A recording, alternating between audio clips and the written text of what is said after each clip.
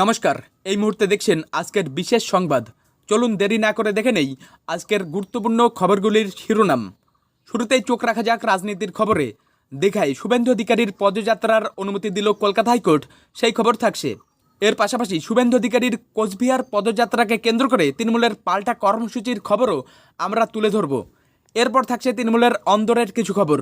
চুঁচুড়ায় smart classroom বিতর্ক নিয়ে তৃণমূল বিধায়কের অভিষেকের কাছে অভিযোগ এবং পুনরায় রাজনীতিতে সক্রিয় অনুব্রত মণ্ডলের খবরও আজ আমাদের বুলেটিনে থাকবে। জাতীয় রাজনীতির খবরে দেখতে পাচ্ছি রাশিয়ার তেল কেনা নিয়ে ট্রাম্পের দাবিকে উড়িয়ে দিয়েছে ভারত, সেই খবর আমরা তুলে ধরব। একই সঙ্গে থাকছে ভোটার তালিকা নিয়ে তেজস্বী যাদবের চাঞ্চল্যকর অভিযোগ এবং 100-র বেশি ভুয়া ভোটারের সন্ধান পাওয়ার খবর। রাজ্য সরকারের প্রশাসনিক খবরের দিকে নজর রাখলে দেখব জঙ্গিপুরে আমাদের পাড়া আমাদের সমাধান প্রকল্পের প্রথম দিনেই ধাক্কা। এছাড়াও দুর্গাপূজার অনুদান নিয়ে বিজেপি, সিপিএম এবং পীরজাদা তহা সিদ্দিকির প্রতিক্রিয়া নিয়েও খবর থাকবে। সবশেষে একটি চাঞ্চল্যকর খবর দিয়ে শেষ করছি। আঙুলের ছাপ বিক্রি করে তৈরি হচ্ছে ভুয়া আধার কার্ড, এই জালিয়াতি চক্রের বিস্তারিত খবরও থাকছে। এই ছিল আজকের শিরোনাম। বিস্তারিত খবর দেখতে আমাদের সঙ্গেই থাকুন।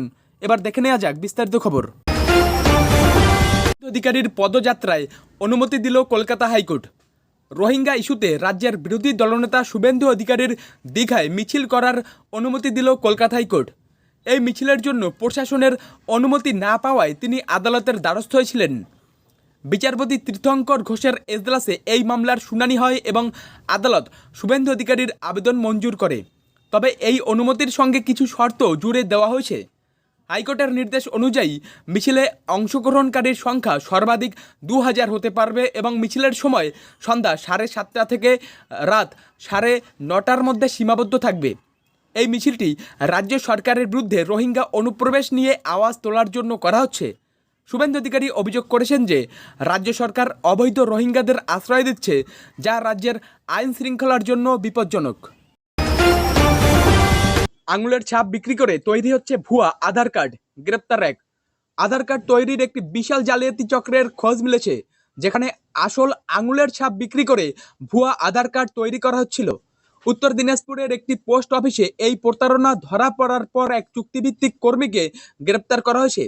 পুলিশের তদন্তে জানা গেছে এই চক্রটি ডাক বিভাগের কিছু কর্মীর আসল আঙুলের ছাপ সিলিকন মোল্ডের মাধ্যমে নকল করত। এরপর তারা আধার সেন্টারের ইউজার আইডি এবং পাসওয়ার্ড ব্যবহার করে আসল পোর্টালে ঢুকে ভুয়া আধার কার্ড তৈরি করত, যা দেখতে হুবহু আসল কার্ডের মতো। তদন্তকারীদের মতে প্রতিটি আঙুলের ছাপ 8 থেকে 10,000 টাকায় বিক্রি হচ্ছিল। এই ঘটনা শুধু সাধারণ মানুষের পরিচয় চুরি নয়, দেশের নিরাপত্তার জন্য এক বড় বিপদ। কারণ এর মাধ্যমে যে কেউ বৈধ নথি ছাড়াই ভারতীয় নাগরিকের পরিচয় পেয়ে যেতে পারত। শুভেন্দু অধিকারীর কোচবিহার পদযাত্রার পাল্টা তৃণমূলের কর্মসূচি। বিরোধী দলনেতা শুভেন্দু অধিকারীর কোচবিহার পদযাত্রাকে কেন্দ্র করে রাজনৈতিক উত্তেজনা বাড়ছে। শুভেন্দু অধিকারী অন্যান্য বিজেপি বিধায়কদের নিয়ে আগামী 5ই আগস্ট কোচবিহারের আইন শৃঙ্খলা পরিস্থিতি নিয়ে পুলিশ সুপারের দপ্তরে দেখা করতে যাবেন। এর পাল্টা হিসেবে একই দিনে তৃণমূল কংগ্রেস কোচবিহার জেলার 19টি জায়গায় সভা করার সিদ্ধান্ত নিয়েছে। বিশেষত শুভেন্দু অধিকারীর মিছিল যেসব রাস্তা দিয়ে যাবে তার মুখেই তৃণমূলের সভা আয়োজনের পরিকল্পনা করা হয়েছে। জেলা তৃণমূল সভাপতি অভিজিৎ দেব ভৌমিক জানিয়েছেন, তারা পুলিশের কাছে সভার অনুমতি চেয়েছেন। যদি অনুমতি না মেলে তাহলে তারা আদালতের দ্বারস্থ হবেন। অন্যদিকে বিজেপির কোচবিহার জেলা সম্পাদক বিরাজ বসু অভিযোগ করেছেন যে তৃণমূল ইচ্ছাকৃতভাবে উত্তেজনা তৈরি করতে চাইছে এবং পরিস্থিতি খারাপ হলে তার জন্য তৃণমূলই দায়ী থাকবে। 100-র বেশি ভুয়া ভোটার, নির্বাচন কমিশনের তদন্তে চাঞ্চল্য। ভোটার তালিকায় জালিয়াতি রুখতে নির্বাচন কমিশনের তদন্তে চাঞ্চল্যকর তথ্য উঠে এসেছে। পশ্চিমবঙ্গের 2টি কেন্দ্রে শতাধিক অস্তিত্বহীন ভোটারের সন্ধান পেয়েছে কমিশন। নন্দকুমার এবং রাজারহাট গোপালপুর কেন্দ্রে এই ভুয়া ভোটারদের নাম পাওয়া গেছে, যাদের কোনো রকম তথ্য যাচাই ছাড়াই তালিকায় অন্তর্ভুক্ত করা হয়েছিল। তদন্তে জানা যায় ডেটা এন্ট্রি অপারেটররা অস্বচ্ছ আধার কার্ড এবং প্যান কার্ড ব্যবহার করে এই ভোটারদের নাম তুলেছিল। বুথ লেভেল অফিসার অর্থাৎ BLO এই তথ্য যাচাই করেননি। মুখ্য নির্বাচনী আধিকারিকের দপ্তর এই ঘটনার তদন্তে নন্দকুমার এবং রাজারহাট গোপালপুর কেন্দ্রের 2 ERO কে তলব করে। তারা স্বীকার করেছেন যে নন্দকুমারে 59 জন এবং রাজারহাট গোপালপুরে 43 জন অস্তিত্বহীন ভোটার রয়েছে। এই ঘটনার পরিপ্রেক্ষিতে সংশ্লিষ্ট ডিইওদের বিরুদ্ধে এফআইআর দায়ের করা হয়েছে এবং 2 ইআরও এর বিরুদ্ধে আইনি ব্যবস্থা নেওয়া হবে।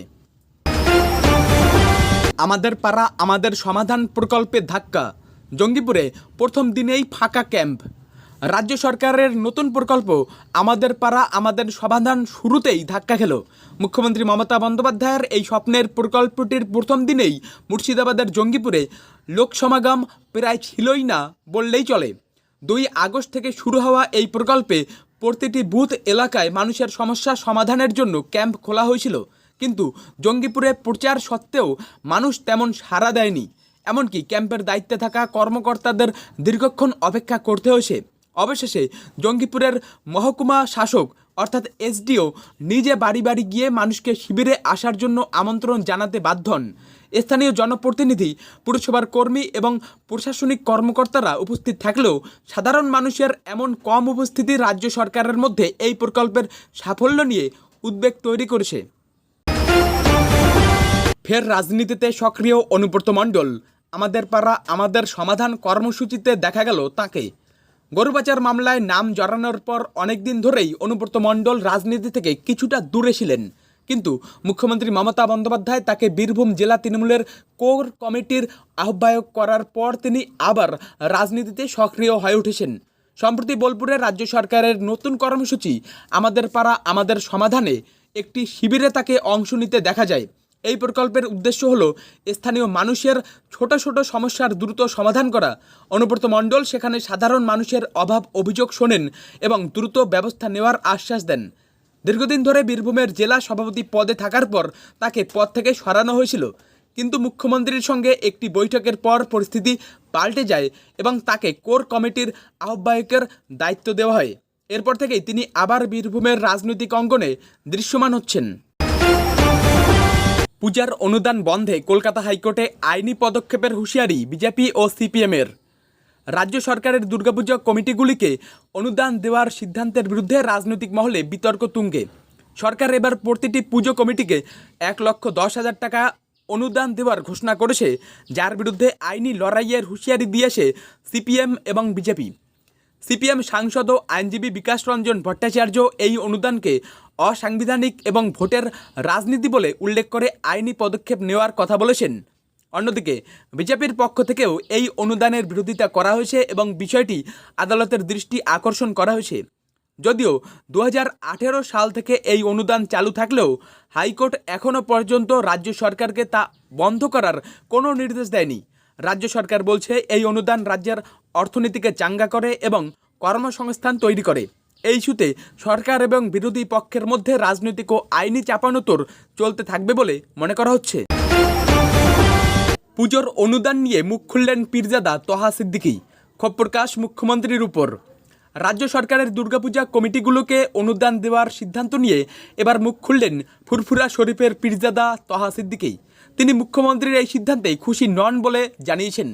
একটি ইউটিউব চ্যানেলে দেওয়া সাক্ষাৎকারে তিনি বলেন, মুখ্যমন্ত্রী মমতা বন্দ্যোপাধ্যায়ের উচিত ছিল পুজো কমিটিগুলিকে আরও বেশি, যেমন 2 লক্ষ টাকা করে দেওয়া। পাশাপাশি কালী পূজা এবং ছট পূজার অনুদানও বাড়ানোর পক্ষে তিনি সওয়াল করেন। তবে এর পরপরই তিনি ক্ষোভ প্রকাশ করে বলেন, গত 12-13 বছর ধরে ঈদ কমিটিগুলিকে 1,10,000 তো দূরের কথা, 10 টাকাও দেওয়া হয়নি। পীরজাদা তহা সিদ্দিকীর মতে মুখ্যমন্ত্রী হয়তো মুসলিম ভোটকে নিশ্চিত বলে ধরে নিয়েছেন, তাই তিনি হিন্দুদের ভোট টানার জন্য দুর্গাপুজোর অনুদান বাড়াচ্ছেন। তিনি আরও অভিযোগ করেন যে রাজারহাটে হিটকোর জমিতে মন্দির তৈরি হলেও ওয়াকফ বোর্ডের তত্ত্বাবধানে মসজিদ তৈরির জন্য কোনো জমি দেওয়া হয়নি। তহা সিদ্দিকের এই মন্তব্য রাজনৈতিক মহলে আলোড়ন সৃষ্টি করেছে। চুঁচুড়ায় স্মার্ট ক্লাসরুম বিতর্কে অভিষেকের কাছে অভিযোগ তৃণমূল বিধায়কের। হুগলির চুঁচুড়ায় স্মার্ট ক্লাসরুম তৈরিকে কেন্দ্র করে তৃণমূল সাংসদ রচনা বন্দ্যোপাধ্যায় এবং স্থানীয় বিধায়ক অসিত মজুমদারের মধ্যে তীব্র দ্বন্দ্ব শুরু হয়েছে। এই অভ্যন্তরীণ কোন্দল দলের শীর্ষ নেতৃত্বের কাছে পৌঁছেছে। অসিত মজুমদার অভিযোগ করেছেন যে সাংসদ তহবিলের টাকায় চুঁচুড়ার বিনা মন্দির স্কুলে স্মার্ট ক্লাসরুম তৈরি করা হলেও তাকে না জানিয়েই বাইরের লোক দিয়ে কাজ করানো হচ্ছিল। এর প্রতিবাদ করতে তিনি স্কুলের প্রধান শিক্ষিকার কাছে গেলে তার বিরুদ্ধে গালিগালাজ করার অভিযোগ ওঠে। পরে রচনা বন্দ্যোপাধ্যায় স্কুল পরিদর্শনে গিয়ে শিক্ষিকাদের কাছে অসিত মজুমদারের বিরুদ্ধে অভিযোগ শোনেন এবং তার আচরণকে অগ্রহণযোগ্য বলে মন্তব্য করেন। এর পাল্টা হিসেবে অসিত মজুমদার এই বিষয়টি নিয়ে দলের শীর্ষ নেতা অভিষেক বন্দ্যোপাধ্যায়, সুব্রত বক্সী এবং ফিরহাদ হাকিমের কাছে অভিযোগ জানিয়েছেন। এই ঘটনা তৃণমূলের মধ্যে অস্বস্তি তৈরি করেছে। আমার নামই নেই, ভোট দেব কী করে? তেজস্বীর অভিযোগে চাঞ্চল্য। বিহারের বিরোধী দলনেতা তেজস্বী যাদব সম্প্রতি একটি বিস্ফোরক অভিযোগ করেছেন। নির্বাচন কমিশনের খসড়া ভোটার তালিকা প্রকাশের পর তিনি বলেন, নতুন তালিকায় তার নিজের নামই নেই। তিনি প্রশ্ন তোলেন, যদি আমার নামই না থাকে তাহলে আমি নির্বাচনে দাঁড়াবো কিভাবে? তেজস্বীর এই অভিযোগের পর নির্বাচন কমিশনের ভূমিকা নিয়ে প্রশ্ন উঠতে শুরু করে। তিনি দাবি করেন যে তার একার নয়, প্রতিটি বিধানসভা কেন্দ্রে হাজার হাজার ভোটারের নাম তালিকা থেকে বাদ পড়েছে।